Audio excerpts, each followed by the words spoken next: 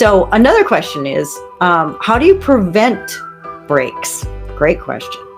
So there's really 3 factors that go into it, and you can only affect one. So one factor is just the genetic makeup. Some people have harder bones than others. Some races have harder bones than others.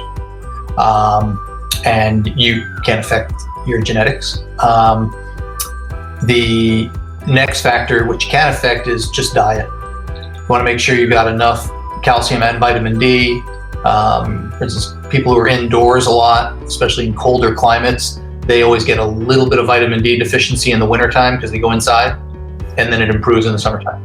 So you can ask your doctor about taking a little bit of vitamin D supplement in the wintertime. And vitamin D actually is really, really good and can even help fractures heal faster if you've got a little bit of deficiency.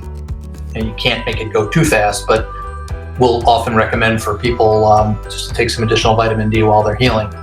And then the last is just the activity that you do. You know, participating in sports, riding a bike, but you don't know when it's going to happen. It's just gravity. I mean, you walk downstairs and you fall and you trip, and you don't plan on doing those things. But that's the nature of accident. The best you can do is just optimize your nutrition. Make sure you get enough calcium, vitamin D in your diet. Okay, great. Thank you.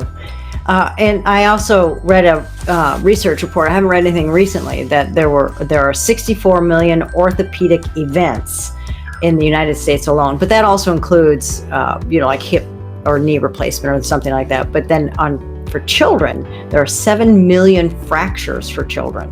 Do you have any other statistics that are different? No, just a lot. Yeah, and a lot of them are they're simple things that can be treated, managed well, and that's another thing just to remember. It'll pass.